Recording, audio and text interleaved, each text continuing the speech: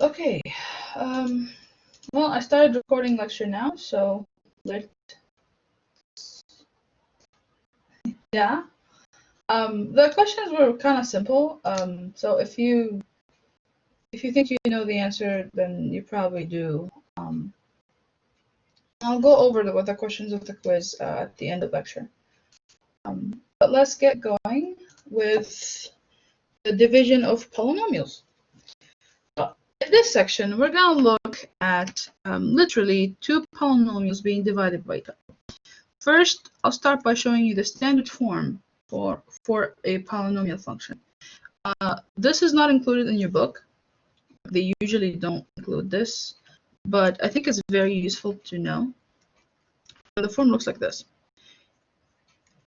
If you have f of x and we say f of x is a polynomial, then the standard form would look like this. A(n) x to the n. I think it got hazy a little. There you go.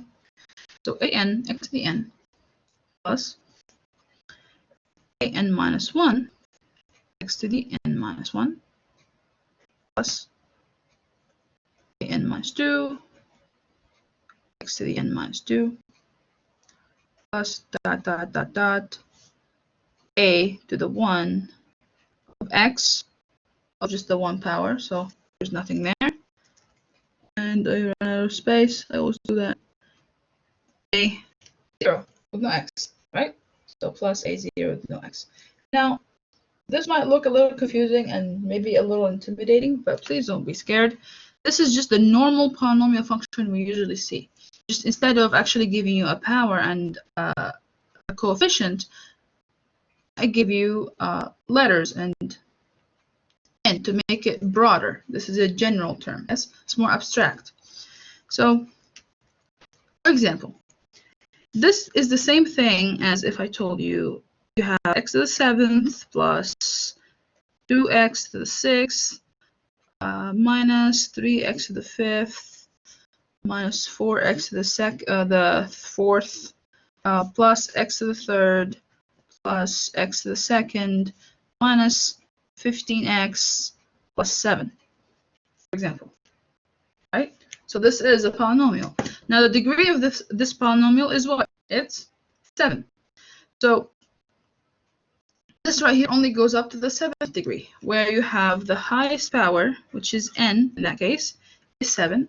The coefficient an in this case is 1, that's why you don't see it, right?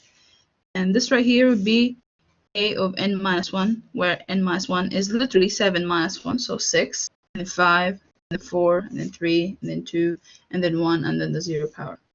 Does that make sense? So this is a polynomial, and this is a polynomial. The difference is, for this one, I didn't tell you what the highest power is to make it more generic. Does that make sense? So this right here is the same as the functions we usually see, which is the same one as x squared minus 3x plus 17. This is also a polynomial. It just happens to start at the power 2. So n is 2, and then you find yourself at the 1 and then the 0 right away. Yes? So this can go up to a power of 100, 1,000,000, etc. So n is limitless. So this is just the generic way it looks. Now, why did I show you that? It's because in this section, we're going to look at division of polynomials. What I mean by that is that you're going to have f of x over, let's call it g of x. Make sense? So I'm going to be dividing two functions by each other. So one on top, one on the bottom. Obviously, the one on top is being divided by the one on the bottom. Now let's look at the definition of what this means. If I say f of x is a combination of functions, and the reason I'm going to split it up into more than one is because I want to show you why the division gives you the result I'm going to tell you it does. So let's say f of x equals the multiplication between two different functions. Yes? One is dx, d of x, and the other is called q of x. Right? And then you add a third one, which is r of x. This is f of x. F of x happens to be one function, r of x, that was added to two functions that were multiplied. So this whole combination, after I did that to these functions, gave me the f of x function I'm looking at. Now, if I want to divide this f of x and do that form right here, right? So we say f of x divided by g of x, sorry, not g, d of x. Yeah? So if I want to divide f of x by d of x, but one or two functions in here, what do we get? So, okay, so I'm going to be dividing this whole thing by d of x.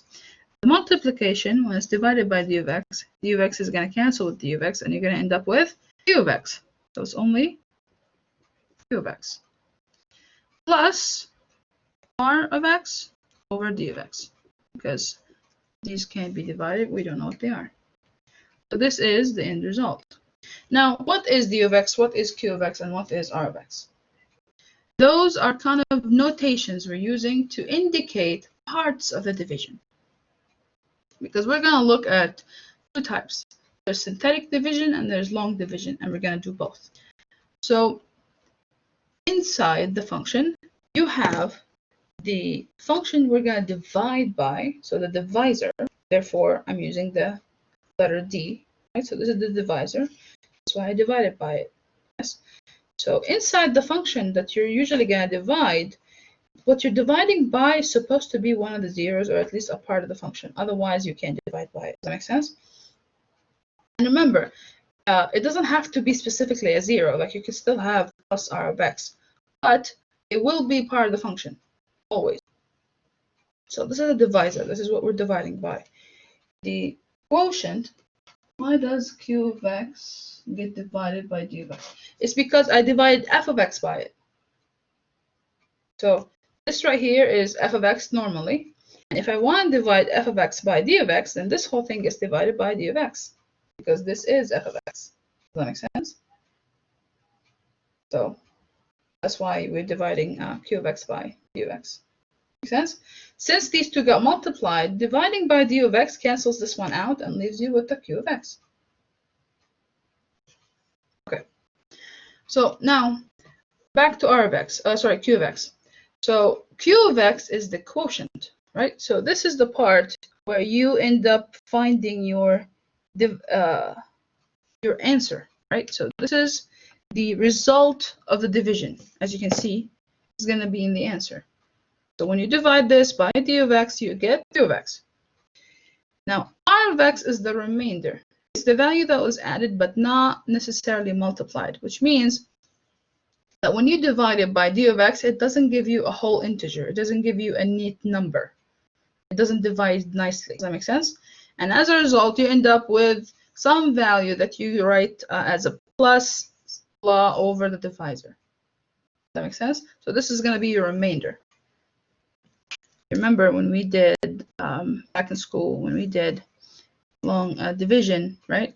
Over here, we put the divisor, right? So this will be d of x. Over here, we put the dividend, right? With the function you divided. So it would be f of x.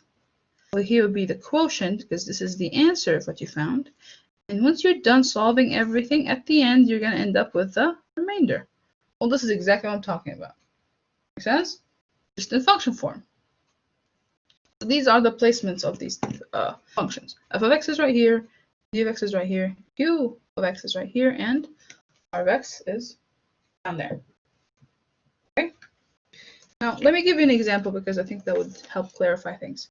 When I explain things in f of x form, it tends to be a little confusing, but when we put it to work, that clarifies things better.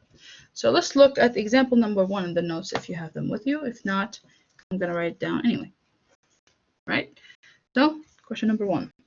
It's telling you to divide the following function, which is 2x cubed minus 11x squared plus 13x plus 15. Right? So this is f of x. This is the function I'm dividing. So divided by, so division symbol. 2x minus 5. This is what I'm dividing by. All right? Let's do that. We're going to use long division. So I've been told that here in the US, you see this form. Is that correct? Is this what long division looks like to you guys? Because I studied this level of math back in the Middle East, and over there we put an extra line right here to separate the dividend from the divisor. But don't get confused by that. It's the exact same thing, just an extra line there. All right. So f of x, which is what we're dividing, goes here. So I'm just going to write the entire thing down. 2x cubed minus 11x squared plus 13x plus 15. Let me make this a little longer. Okay. Now this is d of x, what we're dividing by, so that goes here. So you write, 2x plus 5. Okay. And now we get to dividing. Q of x is going to be the result we get over here, and r of x is the remainder we're left with. Okay. So let's start. Now, when you start doing division, you always grab the first term. And then you look at it. Is it the highest power? It's like, yes. Okay, so we're good. If not, you need to reorder. So I always tell my students, make sure that your function was ordered correctly before you start. So for example, in this one, it's done correctly. We have x cubed, x squared, x to the first, and x to the 0. So that's not there. So they're in order. But if I give you a function that was jumbled a little or mixed up, you have x cubed plus x to the 7th minus x to the 4th, it's not in order of power, then make sure to reorder before you start solving. Okay? Since this one is already in order, we can keep going. Okay, so you grab the first term right here, which is 2x cubed. Look at your divisor and think, what do I need to multiply the 2x over here? Yes. So what do I need to multiply the 2x over here by to get 2x cubed? I'm like, okay, so I still have the 2 anyway, so that's not a problem. I just need to turn the x to x cubed, right? So that means I'm going to multiply by x squared. Because 1x squared times 2x gives you 2x cubed. 2 times 1 is 2. X squared times the x is going to give you the x cubed. Right? So that gives you the result of 2x cubed. But when you conduct this multiplication, this direction, when you conduct this multiplication, make sure to multiply the whole thing. So multiplying the x squared by the first term gave you this one. Great. Now you still need to multiply the x squared by the 5. Yes? So plus x squared times 5, which is 5x squared. Now I have the first two terms. Draw a line and subtract. 2x cubed, 2x cubed, subtracting from each other gives you 0. Now, why is the 5 positive? Because, oh, you're right. Thank you. I made a mistake writing this down. It's supposed to be negative over here. Thanks for catching that. So the question said that it was minus 5, and I wrote it to plus 5 over here. Yeah, so it's minus 5. Okay, so based on that, this is also a negative. Okay, awesome. Now, so we have negative 11x squared minus negative 5x squared. So if you remember what we said about the negative rules, like you can flip this one and that one, right? And you're subtracting. So I'm going to find the difference between these two. It's going to be basically negative 11 plus 5. So I'm taking 5 out of the 11, which leaves you with a negative 6. So minus 6x squared. You subtract a negative from a negative, it turns, the second one turns positive. Okay, so negative 11 minus negative 5x squared, it gives you negative 6x squared. So this is the new value I have right here. Now, Next step, I want you to grab the next term you didn't touch, because we only played with the first two, right? So grab a third one and write it all the way down here. Now I have another. So let's work with these. Now look again at your divisor. You have negative 6x squared and a 2x over here. What do I need to multiply 2x by to get negative 6x squared? Okay, so as far as the 2 is concerned, I need to multiply by 3, and it has to be negative in order to turn negative, right? So negative 3 times, well, for the x to turn to x squared, I need to multiply by x. That means I need to multiply by negative 3x. So I write negative 3x on top. And now I do the multiplication. Negative 3x times 2x gives you negative 6x squared. And then negative 3x times the negative 5, because you still need to do that multiplication as well. So negative 3x times negative 5, negative and negative are positive. 5 and 3 is 15 plus 15x. Right? Subtract. Again, we're subtracting two negatives. So this turns positive, that turns positive. The only reason I'm not doing this is because I want the subtraction to remain the same because I have another term. Yeah. But so negative minus a negative, and this turns positive, that turns positive, and you're adding a positive and negative number. So these two are going to cancel. So we get a 0, which is the point. You want to cancel them out. If they're not canceling, then you're doing something wrong. Okay? So negative 6x squared and negative 6x squared subtracted gives you 0. Now plus, or maybe I should say minus, because you have now 13x minus 15x, which is negative 2x. So I write minus 2x, result of that subtraction. And last step, you grab the 15 and you take it all the way down here. Plus 15. All right. Now I have negative 2x plus 15. Now we look at the function. What do I need to multiply 2x by to get negative 2x? Well, since it's 2x, 2x, there's nothing really to change aside from the sign. So I'm going to multiply by negative 1. Right? So multiply by negative 1. The negative 2x over here becomes, sorry, the positive 2x over here becomes negative 2x, and that matches. All right? So we have negative 1 times 2x gives you negative 2x. Negative 1 times the negative 5 gives you a positive 5. Right? Subtraction, draw a line. Negative 2x minus negative 2x is 0.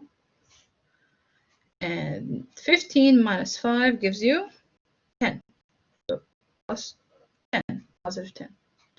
This 10 right here is your remainder. Now, why am I stopping there? Because we already used every single term in the function. There's nothing else left to do. Yes? Oops. Let me do this to go up a little. Just want you to see. There. Right? So, this was a plus there. So you have a 10, which is your remainder. Or I should say remainder, not reminder. So based on this, your answer for the division of this function by that function is the following. This function right here is your q of x. So it's x squared minus 3x minus 1 plus,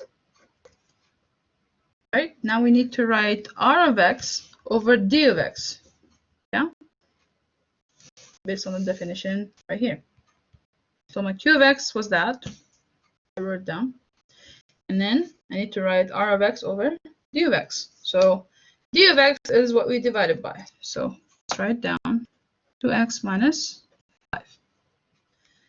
R of x is right here, which is just a 10. So I'm just going to write 10 divided by this function.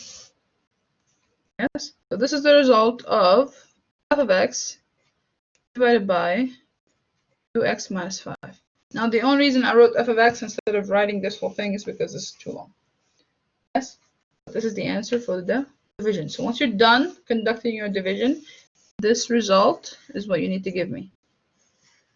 Not just do the work here. This is what I want. Okay? Let's do another one. Is everybody done copying? I mean, I know it's recorded, but I want to make sure.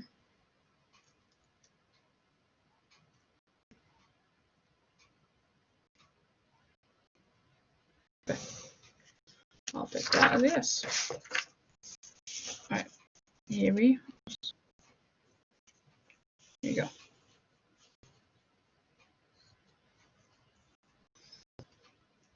Now I'm going to do another example. So let's do number 2. Here we go. Oops. So in question number 2, we have this function, which is x to the 5th minus 3x to the 4th plus 12x and then minus 33. And it's being divided by x minus 3. Okay. Now, let's look at the function. Is it in order? Yes, it is. We have 5, 4, 1, and 0. So they're from biggest to smallest. Does it have every single term? No, it does not. So we need to rewrite this, but without actually changing the function. So I'm not gonna change the value of the function by adding terms that we didn't have initially. I'm just gonna add zeros. And that's gonna help you not confuse your work while you're dividing. So this is gonna look like this. X to the 5th power minus 3 times x to the 4th power. So the first two terms are the same. Now what comes after the 4th power is the 3rd power. It's not here. I'm just going to add plus 0 times x to the 3rd power. Because when it's multiplied by 0, it disappears. Right? It's not there. So I just wrote it down. Kind of like the coefficient 1. You don't write it because it's not necessary. It's not. Over here, we have 0 times x squared. Yes. So again, this is not written because it's not necessary to write 0x squared. It's still 0. It's still not there. Then followed by the 1st power, which we do have. So I'm just going to write plus 12x and then minus the 33. This is my new function now. This is what we're going to use in the division. So here we go. Divisor goes here, which is x minus 3. Just write that down. Function goes in here. So we have x to the 5th minus 3, x to the 4th plus 0, x cubed plus 0, x squared plus 12x and minus 33.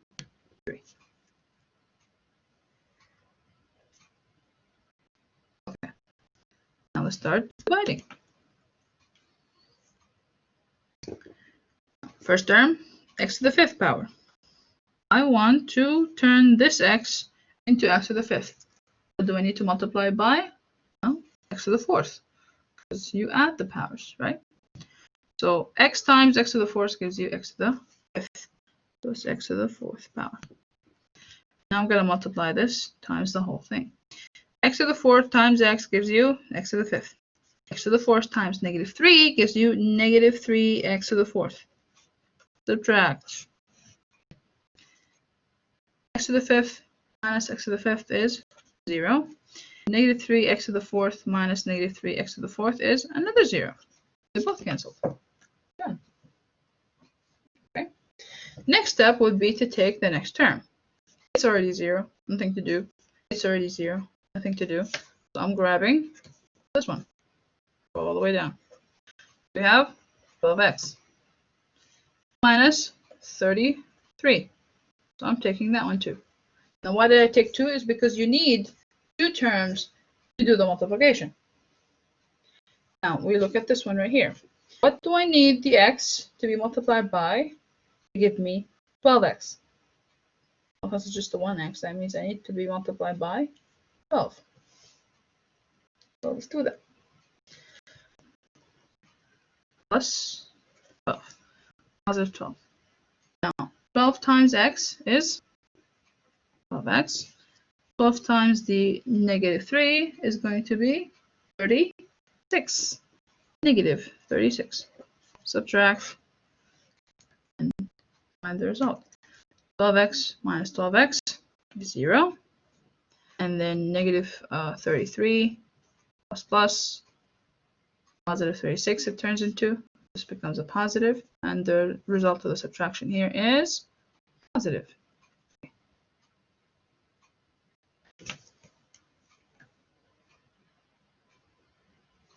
So our remainder is 3.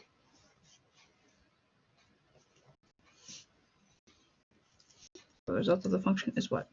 We have x to the 4th plus 12 plus 3 over x minus 3.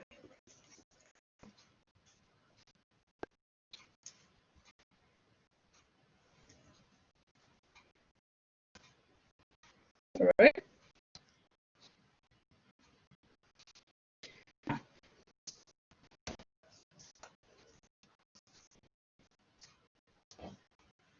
Now here's the fun thing to look at while we're at it. I need you to notice that when you have a function to a certain degree and you divide it by a function that has a different degree, the result is going to have a degree that's different between those two. So, for example, in this one, we started with a function to the 5th power, and we were dividing it by a function to the 1st power, right? So 5 minus 1 gives you 4. So you know that the highest power in the answer in the quotient function is supposed to be x to the 4th. X to the 4th. In the previous example, I'm going to flip the pages a little to show that to you. We started with x cubed, divided it by x to the 1st. The difference between these two, 3 minus 1, is 2. And the answer function had the high degree of x to the 2nd power, x squared. Notice that? So when you divide, oh, it's frozen.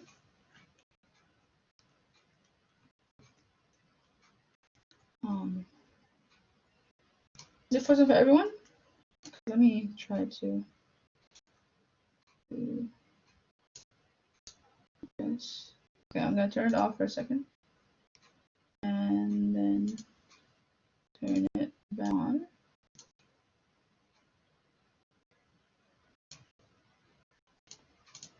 Are you back? Can you see? Okay. Now, what was the last thing you heard me say? Or you saw, I guess. Did you see me point to the powers of the functions? Did you hear the explanation? It was stuck on the last page. Okay, so I was saying that since the function we're dividing had the degree power of 3, and we divided it by another function that had the 1st degree, right?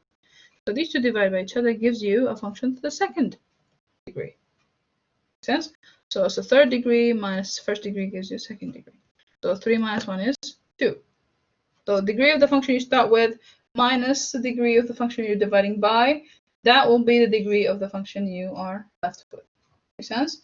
So that should be a hint to tell you if you're moving in the right direction or not. Same thing applies to the question we just did. Oops, let me do this. 5th power divided by 1st power, the answer was a 4th power. Right? Now let's do one more. Question number 3 says the function we're dividing is, okay, where is it? Oh, here we go. 2x cubed plus 2x squared minus 16x and plus 32. Right? is the third power. And it's being divided by x squared minus 3x plus 4. So I'm dividing a third power by second power. So just by looking at those two, that should tell you that the answer is going to have what power? 3 minus 2 is 1. The answer is going to have x to the first power. So let's look at it together. I'm going to draw the long division symbol. Right, the x squared minus 3x plus 4 here. And the 2x cubed plus 2x squared minus 16x and plus 32 in here. Okay. So let's start. You have 2x cubed. I want to turn this x squared to 2x cubed. I need to multiply by 2x. 2x times 2x squared gives you 2x cubed. So it's 2x. Notice the very first term has the first power. So 2x times 2x squared is 2x cubed. 2x times negative 3x. So 2 times the negative 3 gives you a negative 6. And the x times x is x squared. And 2x times a positive 4. 2 times 4 is 8. Positive 8. And the x goes down. Right?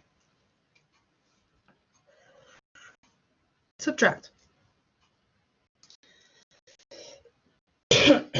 Sorry. So 2x cubed minus 2x cubed is 0.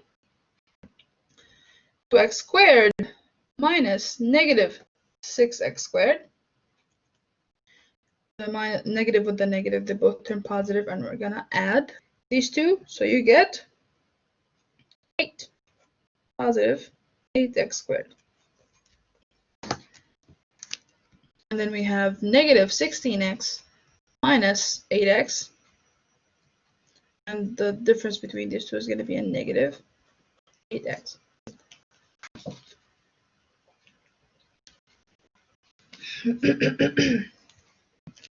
All right.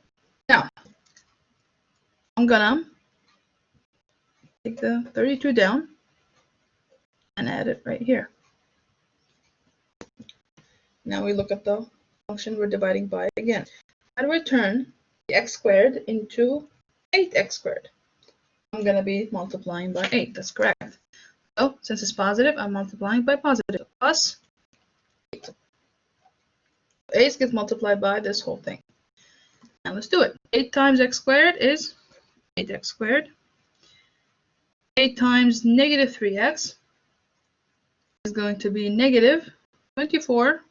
And 8 times 4 is going to be a positive 32.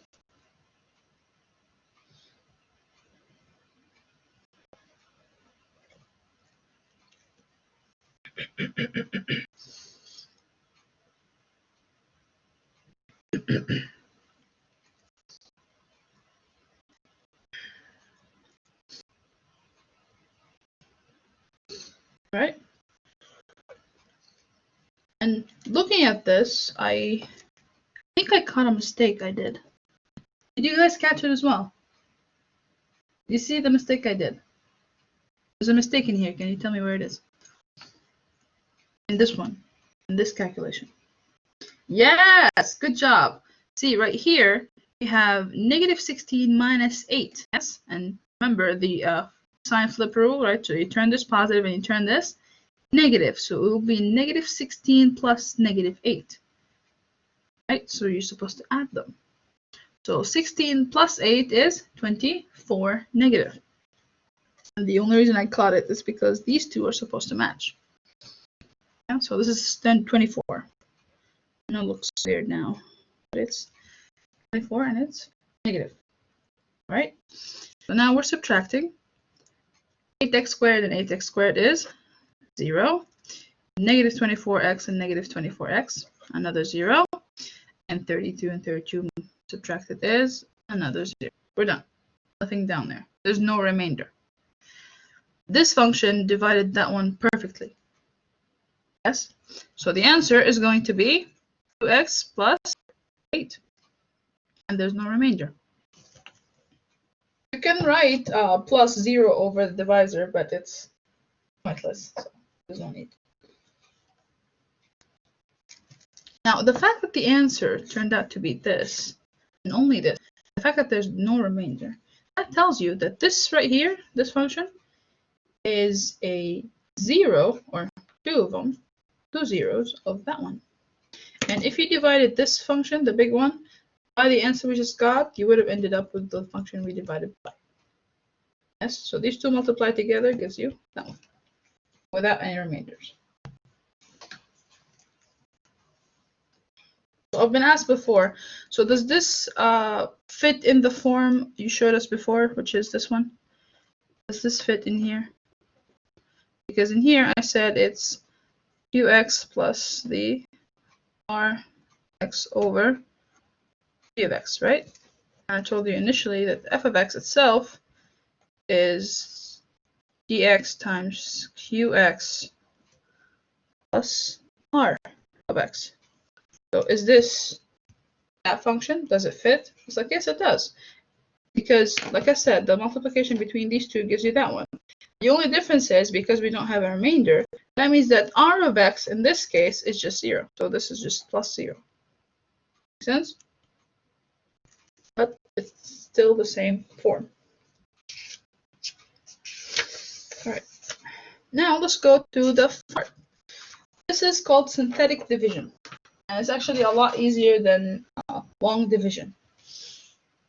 Simpler too. But you need to remember the steps, because if you don't know them, then you're going to get confused. Okay? And they're quite simple. So let's start with example number 4. And I'm going to show you how to do it. All right? No, actually, I think I have an example before number 4. Yeah, there's just an explanation example. I'm going to do it anyway. So this is just called example in the notes. It's not number 4. And the question is, you have x cubed minus 13x squared plus 46x minus 49. Yeah? So this is the function we have, and we are dividing it by x minus 8. Okay. So if we were doing long division, and you draw the big symbol, the x minus 8 goes in here, and the big one goes underneath, right? Well, for synthetic division, all you need to draw is just a little window. Now, what goes in here is going to be the number you have right here. And do you remember when we were talking about vertices and not vertices here? Do you remember when we were talking about the vertex point for parabolas? And when I said that the form, the vertex form, is going to be x minus h, and if it's negative here, then it's positive in the point, and if it's positive here, then it's negative in the point, because it's supposed to be x minus a number. Same thing applies. So the rule of synthetic division is x minus c gives you a positive c when you're doing a division, right? And the explanation for this is the same one I gave you when we were talking about horizontal shifts. If you remember, we said that if you subtract the number from x, so this is a subtraction inside the function, if we subtract the number from x, then you're going to move to the right, because the x value is going to be positive, which is a point here. Yes, because x minus c set equal to 0. You move the c over there, and x equals positive c.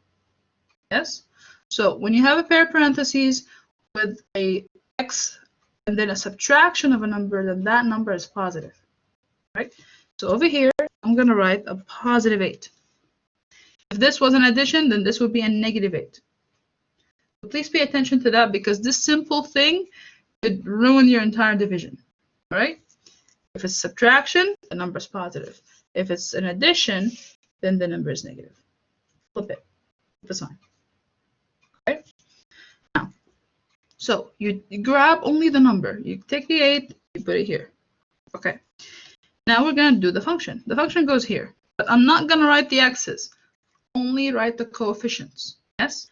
So x cubed, the coefficient is 1. X squared, the coefficient is negative 13. So leave a little space and then write negative 13. Positive 46. And then negative 49. So I did there. So I grabbed the coefficient of every single one and wrote them down without the x's. And leave little spaces. You're not going to write add or subtract, the addition or subtraction. So make sure to carry the sign. If it's negative in the function, write it negative. If it's negative, write it negative. Oops, let me move it up. There we go. So after you do this, leave a little space and then draw a line. Because this is where you're going to do the work and this is where the answer is going to be. Okay. Now let's get started. First step is that the first number right here goes directly down. So it goes straight to the answer. All right. So the 1 goes all the way down to the 1. And then you're going to multiply this by the number we have here. Right? So this is a multiplication. Multiplying, and the result of the multiplication goes here. Make sense? So 1 times 8 is 8. So I'm writing the 8 over here. Okay? Now, what I'm going to do next is add. Right? So 13 plus 8 is what? Or negative 13 and 8. Find the difference. Negative 13 and 8 is negative 5. So the answer is negative 5. And then you grab that number, just like we did with the 1. You grab that number and you multiply by 8. So negative 5 times 8 is what? 40, negative 40. So negative 40 goes here. And then you find the difference here. 46 positive, negative 40, difference is positive 6. Okay, so now you have 6, 8, multiply together, that gives you 48 positive, so 48 positive. And now, again, you add them. Negative 49 and positive 48, and it's going to give you a negative 1. Once you're done, there's nothing more to do. So there's no other number to try and find. So you're not going to do another multiplication. You're going to stop here, and I'm going to draw a square around that number. That right there is your remainder. Done. That's it. So it's a lot faster, a lot easier, as long as you remember what to do. Right? So if there is a missing coefficient, we plug in a 0. That's correct, yes. And I think I have an example for that one, so I'm going to show you what it looks like in a minute. So the remainder here is negative 1. Well, now you need to tell me what the function is. Do you remember the form I told you? You need to actually write it out for me. The quotient, how we took it down and wrote it and then added the remainder. Why do I keep saying reminder? Remainder. Well, this is going to be the same thing for this one. So you grab this, okay? This is going to be the coefficient of the first term. Now I need you to look at the function you started with. It was to the second power. You divided by the first power. That means that the highest degree of the answer is going to be the second power, right? 3 minus 1 is 2. So it's going to be 1x squared minus 5x plus 6x to the 0. So there's nothing to add. And then plus negative 1 over x minus 8. And you can turn this into negative if you want. It could be just minus 1 over x and negative 8. But it's the same thing. That's your answer. So I did there. So the coefficient, 1, negative 5, 6. You just need to plug in x's. You figure out what the highest degree by simply looking at what you divided. You had power of 3, power of 1. The difference is 2. So 2.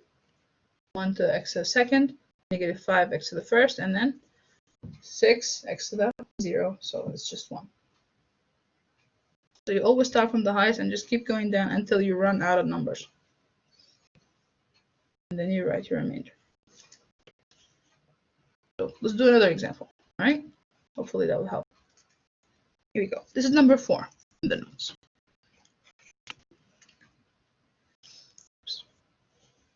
go up a little. Right. So if you look here, we have x to the 5th minus 3, x to the 4th, oops, plus 12x and minus 33. Does this one look familiar? This is the exact same question we did in number 2, well, when we were doing long division. And I'm going to divide it by x minus 3.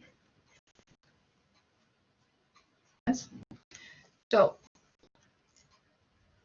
now that we have both the function we're dividing and what we're dividing by, and what we're dividing by is x, or I should say, is in the form of x minus c, right? So it looks like this. Then we can use synthetic division. That's a rule.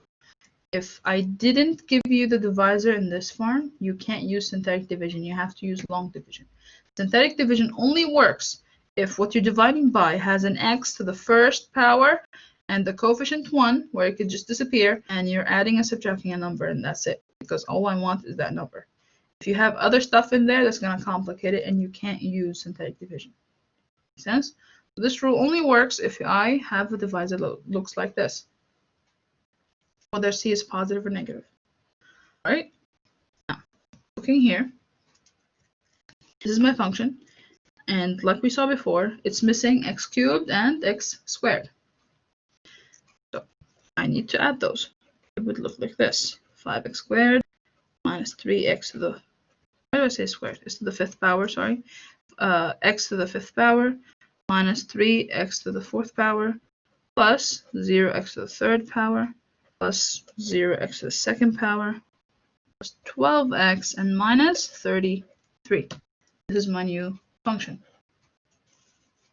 So draw your little window. The number that goes here is 3. It's positive because it's negative inside, right?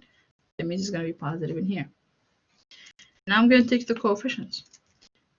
1, negative 3, 0, another 0, 12, and negative 33. Right? Give space, draw a line.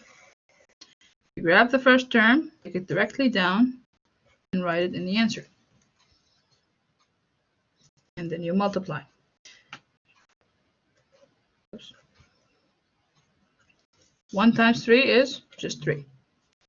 Now, negative 3 plus 3 is 0.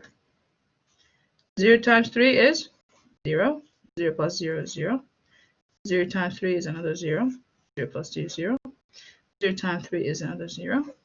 So 12 plus 0 is 12. 12 times 0 is what? 30. Sorry, 12 times 3 is 36. Positive 36. So it's 36 positive. The addition between these two is going to give you a positive 3. Right? Okay. Now, from the rule we talked about before, the function has the high power of 5. It's the 5th power. And we divide it by to the 1st. Yes? So 5 minus 1 is 4.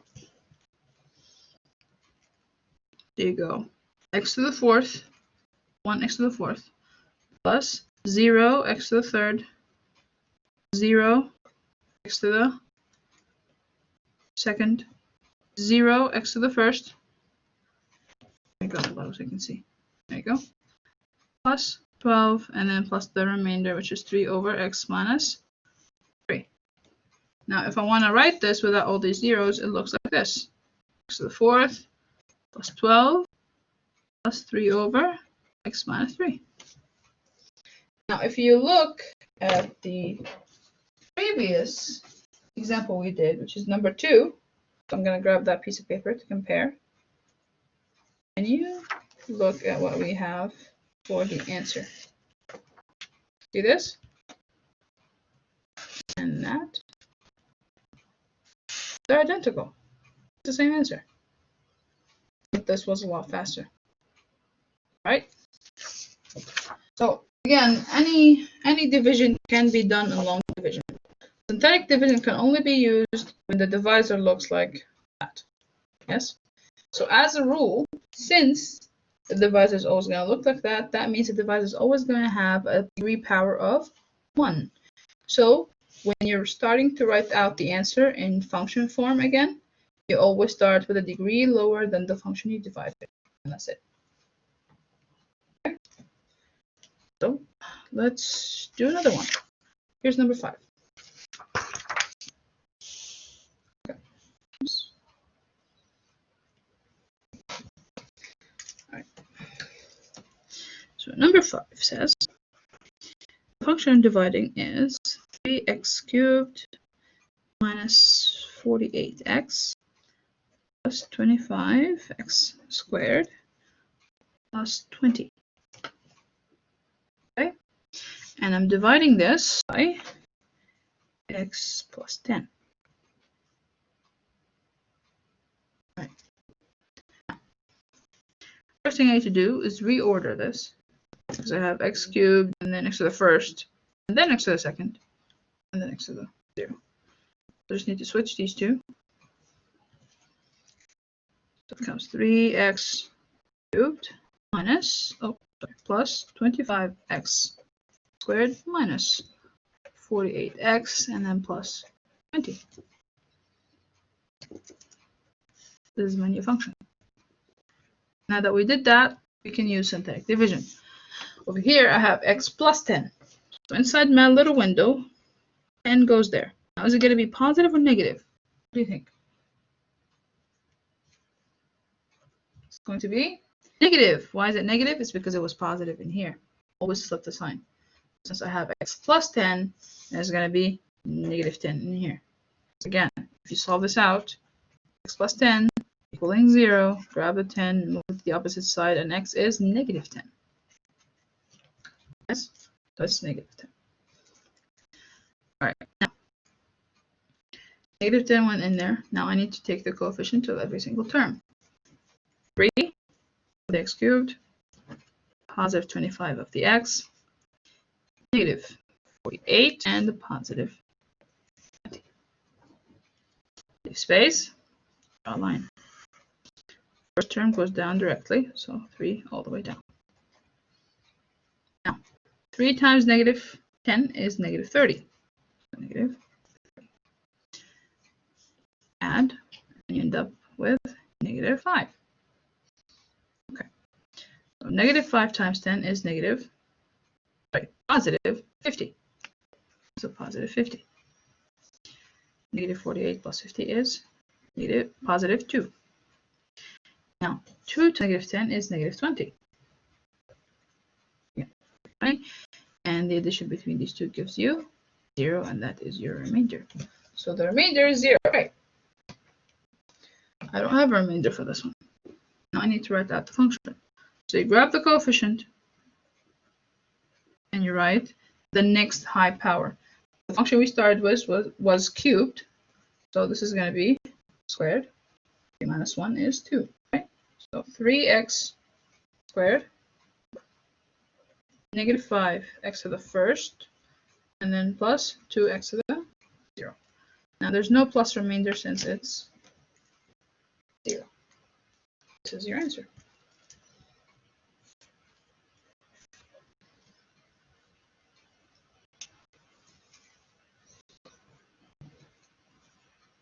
Any questions?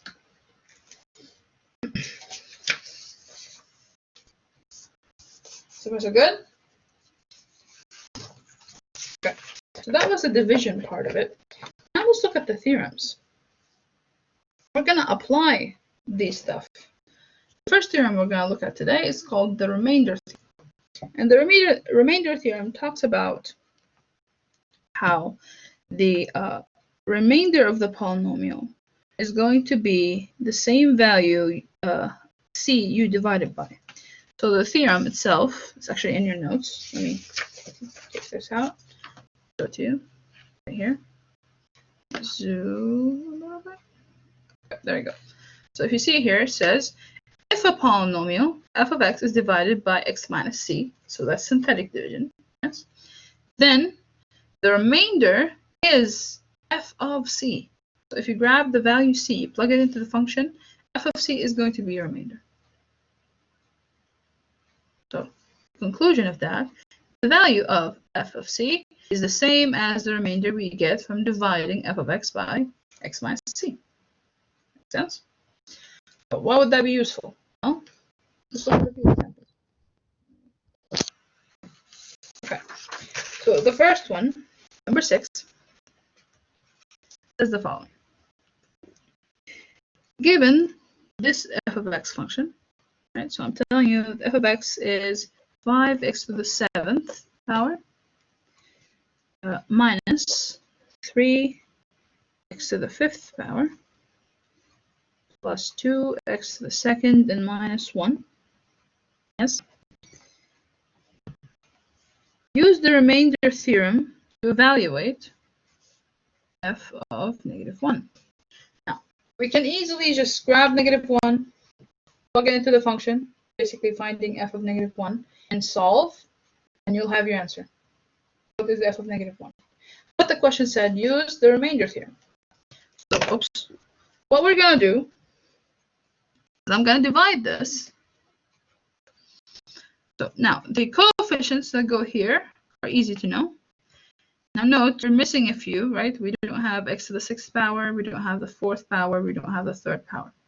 So don't forget to add those.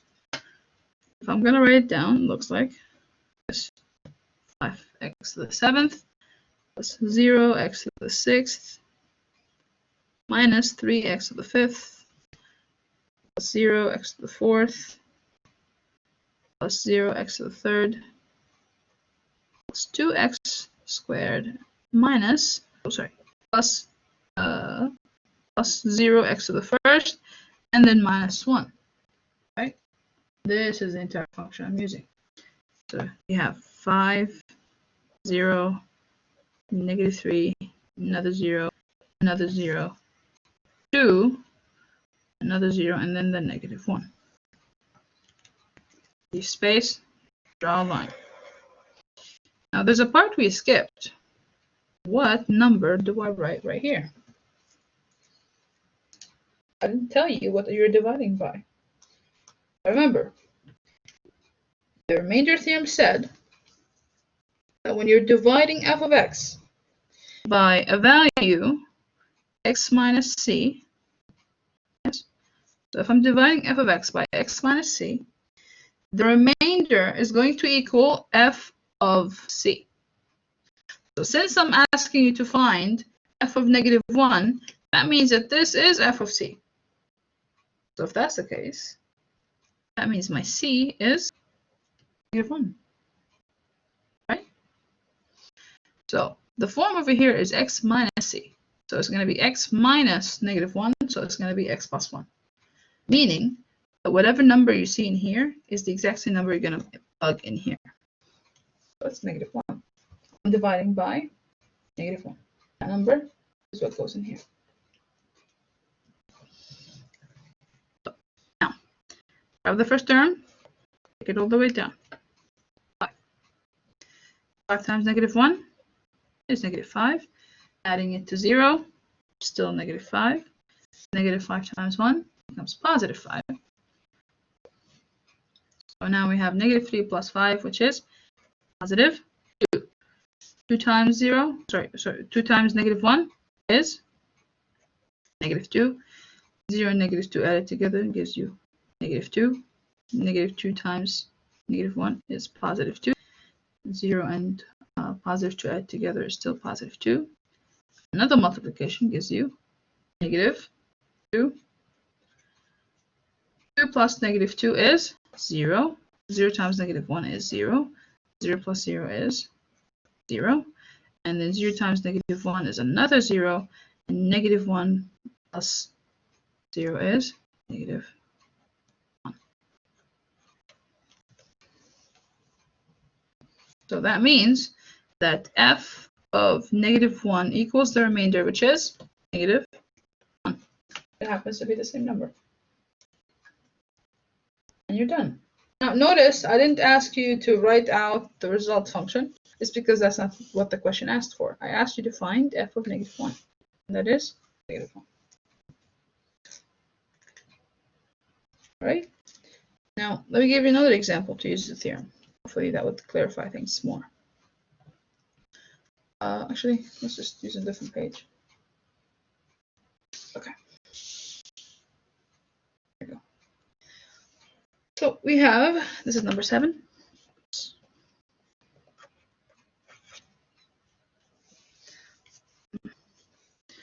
So we have the question, and it says, use the remainder theorem to show that root of 5 is a 0 of f of x.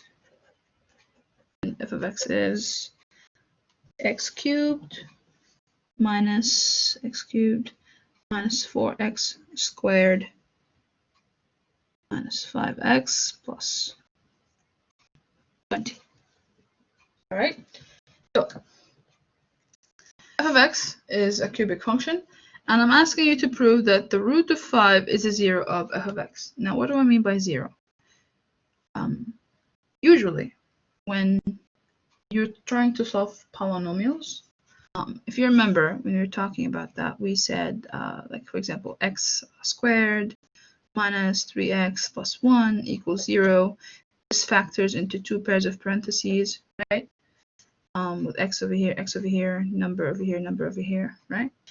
These are a factored form of that. And the number of parentheses depends on the power you have. So if this was a cubic, you would have had 3. If it was to the power of 4, you would have 4, and so on and so forth. Now, each one of these, you set it aside, you solve it for 0, and then at the end you tell me x equals 1, 3, 5, and whatever numbers we find. These numbers right here are considered your zeros. So when I say a 0 of a function, I mean the number that turns the function to 0. Make sense? So if I divide by it, you get a 0 of a remainder. Yes? So, knowing that, I'm asking you to show me that the root of 5 is 0. Okay? So since the number I gave you is positive, that means the x value itself is x equals root of 5, right? If I grab this, move it to that side, it's going to look like this. Yeah, because it turns negative. So this right here is what I'm dividing by, root of 5. Now this is just goes to explain what I'm doing. But since we're going to divide and use the remainder theorem, I'm just going to grab the root of 5 and write it in here. So that's what we're dividing by, root of 5. Now, our function is a cubic function. Coefficient of the x cubed is 1. The x squared is negative 4. The x is negative 5.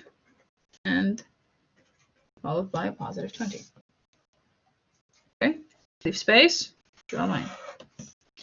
First number goes down as it is. So 1 times root of 5 is root of 5. Now I need to add these two. Negative 4 plus root of 5. I'm just going to write it down as negative 4 plus root of 5. Okay. Now 4, oops, forget the negative. 4 plus root of 5 times root of 5. So this right here is like a pair, right? We have two values. So I'm going to multiply root of 5 times both. And the result goes here. So root of 5 times the negative 4 is going to be negative 4 times root of 5. Plus root of 5 times root of 5 is basically root of 5 squared, right? So square root, when you square it, it goes away. So that's just plus 5. Right? Now, doing the addition, we have a negative 5 and a positive 5, so they're going to cancel. And you're going to end up with negative 4 root of 5. Okay? Now, negative 4 root of 5 multiplied by root of 5. So again, this is just the one multiplication. You have 4 times, or negative 4 times root of 5 and another root of 5 because they got multiplied. So it's root of 5 squared. So since it got squared, that means it's just 5. So this right here, negative 4 times 5 is negative 20. So the answer is negative 20. Now, when you add 20 to negative 20, the result is 0. Since the remainder is 0, that means that root of 5 was, in fact, a zeroth function. Questions about that one? Because I know you should have a few.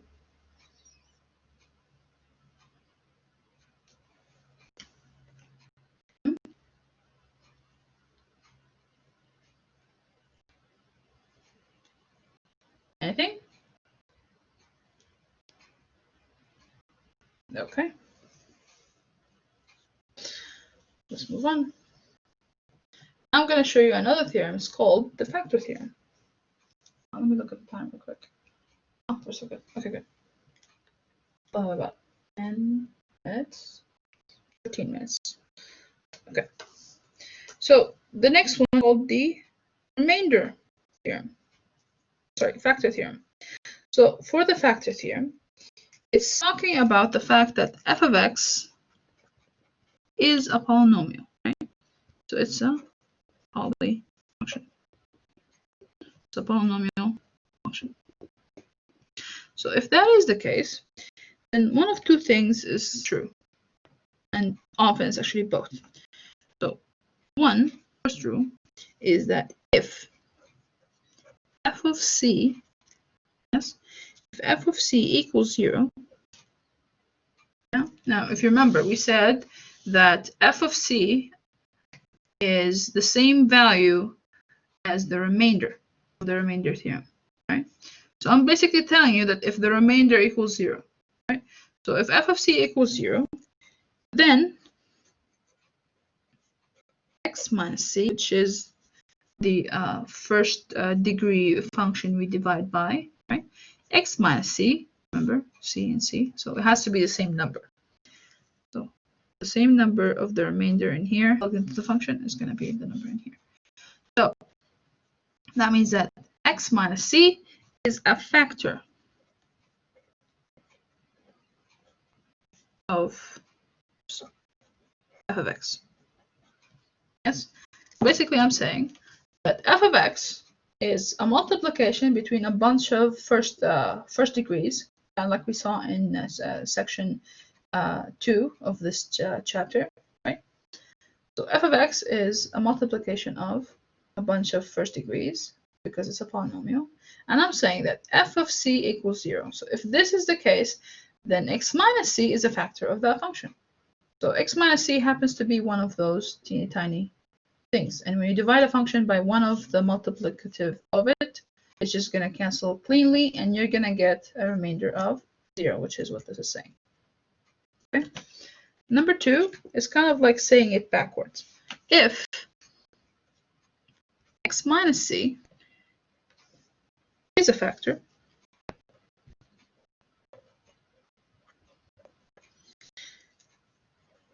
of f of x, then f of c equals 0, right? So the opposite is also true. Now, let me give you an example.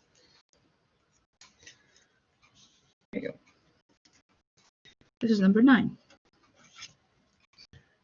So using this, looking at that factor theorem, let's read the question together. The question says, use the factor theorem to determine if x plus 4, that's the x of c they gave me, x plus 4 is a factor of f of x. And the f of x is, where is it? So it's 6x cubed plus 11x squared minus 60x minus 32. Okay, so this is the function they give you. It's to the third power, and it's asking you to use the factor theorem to show that this is, in fact, a factor of that function. That means that to prove, you need to divide this by that, and the remainder needs to be 0. Yes? So the remainder needs to be 0. Now, there's 2 ways to solve this and technically use the factor theorem. Because remember, I said that f of c has to equal 0, and this is a factor of that function. Or if x minus c is a factor, then f of c is going to equal 0, right? So you can do it two ways. First, I'm going to do it the way I have in the notes, and then I'm going to do it the other way. So the first way is the simple division way. I'm going to grab the number in here, place it in the window, right? Is it going to be positive or negative? It's going to be negative. That's right. Because we have an addition inside. So it's -4. Now I'm going to grab every single coefficient. We have 6, 11, -60, and -32. Give space, draw a line. First one goes down directly. 6. Okay. Now 6 times -4 is -24. Addition between these two should give you a -13. 13 times -4 is positive 52, right? 13 4 times is 52. So the addition between -60 and 52 is -8. Now, -8 times -4 is a positive 32. The addition between these two is going to give you a 0, and that is your remainder. So since the remainder is 0, right? The remainder. That means x plus 4 is a factor. Done. Yes? Now that's the first way. The second way, which doesn't actually have to do with division, is to basically grab the c value, which, like I said, since it's x plus 4, that means it's -4. Yes? So you grab -4. I'm going to extend a little so I have more room. So you grab the -4 and you plug it into the function. Because based on this right here, -4 equals 0. So instead of actually doing a division, you could simply go look up the function, which is 6x cubed plus 11x squared minus 60x minus 32. And plug -4 instead of x. This is going to be 6 -4 cubed. Sorry. Plus 11 -4 squared minus 60 times -4, and then minus 32. And the answer to this is going to be 0. So calculate that, find that it's 0, and then say that since this is the remainder and it equals 0, that means x plus 4 is a factor. Yes? Up to you. Both are quick. And both are valid solutions. As long as I say use the remainder theorem. Sorry, the factor theorem. If I ask you to use division specifically, then you're going to have to use division specifically. Sorry, my voice is just not cooperating tonight. Any questions so far, you guys? About 5 minutes left. And there's like one more example that's kind of helpful that I want to show you, because I usually bring it on the test. That's why I want to show it to you. And it's super easy. So this is example. This is example number 11. Question 11 in the notes. Yeah.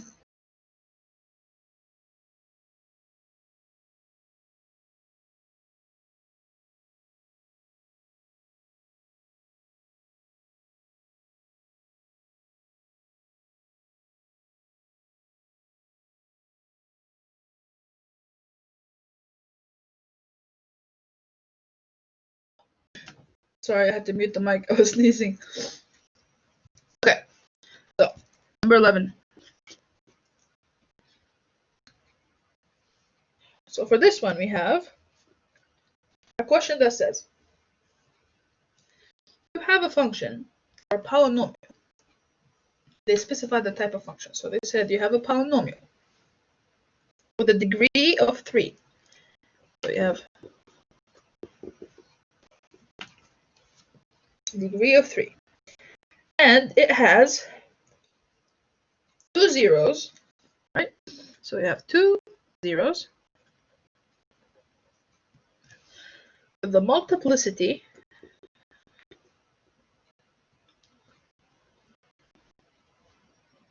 of 2 and 1 0, which is negative 5. Yes. So what I mean by this is that you have 3 zeros, obviously, since it's a degree of 3. One is negative 5, and the other is 2, and it's with the multiplicity of 2. Okay, so the zeros you have are 2 and negative 5. 2 has a multiplicity of 2, and negative 5 is just multiplicity of 1. So knowing that, I want you to give me f of x. So you have to work your way backwards. Okay, so knowing this, it's like, okay, I have 2, multiplicity of 2. That means it's going to be x minus 2, since it's positive. And since it's multiplicity of 2, that means it's squared, right? And I have x plus 5, since it's negative here. Always flip a sign. So that's your f of x. And then you multiply it out. So you multiply this by itself, multiply that to it. So we'll start by breaking this. So I'm multiplying x minus 2 times x minus 2. And that should give you x squared minus 4x plus 4, right? So x times itself, negative 2 times itself, and then x times negative 2 twice. So it's negative 4x. That's the first pair. And you multiply that by x plus 5. So x gets multiplied by every term, and the 5 gets multiplied by every term. And the final result would be x to the third, which is a third degree, like the question asked you for, plus x squared minus 16x plus 20. That's your function. So it's really easy. You just need to know what you're doing, right? So it's told you that it's a degree of 3. It told you that it has 2 zeros and what they are. That one of them has a multiplicity of 2. And here we go. And the only reason I rushed through that is because we're out of time. I didn't want to keep you guys longer than we should. Now, if you have any questions, don't hesitate to email me. And have a good evening.